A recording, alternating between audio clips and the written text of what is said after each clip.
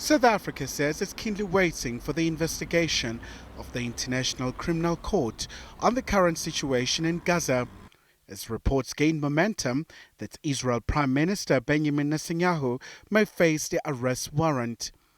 Israel has vowed that it will enter Rafah and it doesn't have a choice. It wants to eliminate Hamas.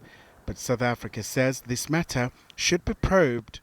I did meet with them when we went to The Hague to say what is happening, because it's been a number of weeks and now months.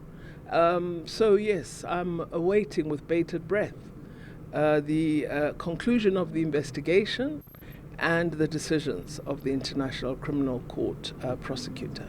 Pretoria is still emboldened by the International Court of Justice after it's called on Israel to prevent genocidal acts in the besieged enclave. Indeed, up to so far, the court has agreed with most of our submissions, including the latest one with regards to the humanitarian aid, the issues of regards to intervention in Rafah. So it shows that we are standing on good protocols in terms of international law. The statutes governing the ICJ and also the facts we are bringing to the court are helping to enhance and protect international law, and also in the long run I believe it will protect and help the people of Gaza. Former South African President Thabo Mbeki says the Americans were involved in the formation of the ICC. He says the ICC can prosecute individuals even if their countries are not members of the court.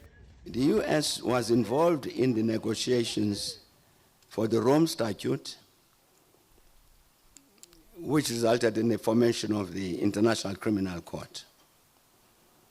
They were very actively involved in those negotiations, but then took the position that that thing would not be binding on them. The statute and therefore the ICC and all that. Indeed, they visited individual countries, get individual countries to sign an agreement. We, South Africa, undertake that we would never assist in charging an American and sending to an American to a court other than U.S. courts. When they approached us to do that, we refused. We said no.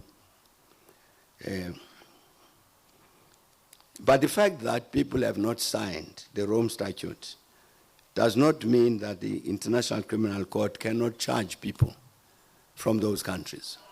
Meanwhile, at the Pan-African Parliament, young people have made a clarion call saying the continent must do more in pushing for their interests, especially as South Africa marks 30 years of democracy.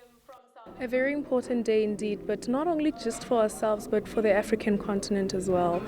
As you would know that we're celebrating 30 years of democracy, it is our considered belief that in the work that we do not look at South Africa as an island. We are a country in Africa, and all the interventions that we put in place, we should be able to have that type of continental perspective. The constant message that young people don't want to get involved in democracy and good governance is a fallacy. It's not the truth. Young people actually, when invited into these spaces, actually come and participate positively. And one of the key messages here was that young people should come out and vote at these upcoming elections. Also on the continent, to say young people be peacemakers. There was a message of solidarity with young people in Sudan, where there's a civil war taking place. Young people in DRC should actually really drop their guns down and make sure that there's peace. Khumalo, SABC News, Midrand, Johannesburg.